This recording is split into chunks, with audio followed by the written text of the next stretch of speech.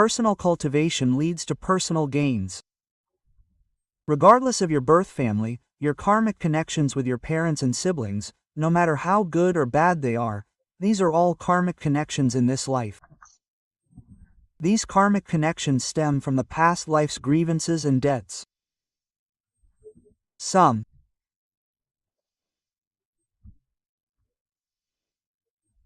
people believe that those who are meant to be together will eventually come together, which is why they are born into the same family this time. More or less, there's always a reason for them to be together, a karmic connection that has matured, so they are in the same family. They appear to be a family, but ultimately, everyone's fate is different.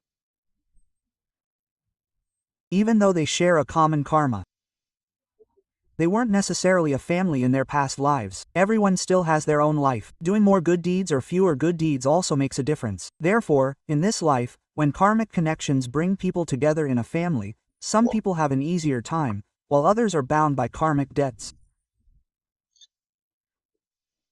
However, when you don't understand this, it's very dangerous.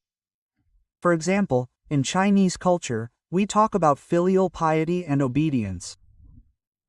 When you haven't understood or figured things out clearly, let's say you're a daughter in your family, and you're destined to marry into a good family.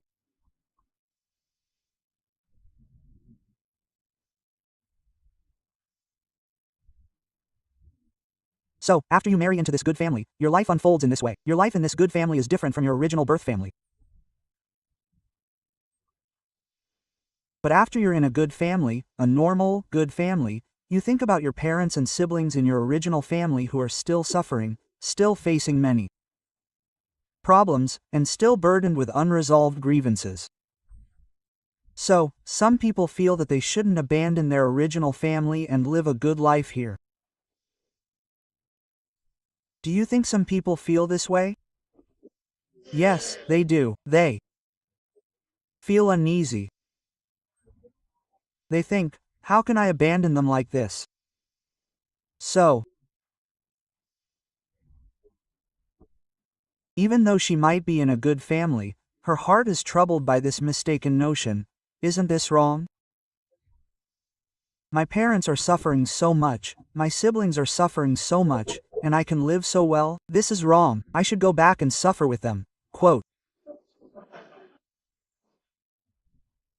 This means you haven't cultivated yourself properly. You haven't truly understood your own life. I believe that your parents, the parents in your original family, if they have any conscience and compassion, would always hope that their daughter could marry into a good family, right? But if you're in a good family today, and you cry every day, is that right? Feeling anxious every day, anxious about this and that, it's all because your original family life wasn't good, or your in-laws ignore you and don't understand why you're like this, and when a whole bunch of problems arise, what are you trying to achieve for your original family? You're only creating a bigger burden for yourself. So why do you have to be so confused? Focus on taking care of yourself first, live your own life, then you'll have the time and energy to help your original family find solutions. Instead of dragging yourself into that negative atmosphere of your original family and everyone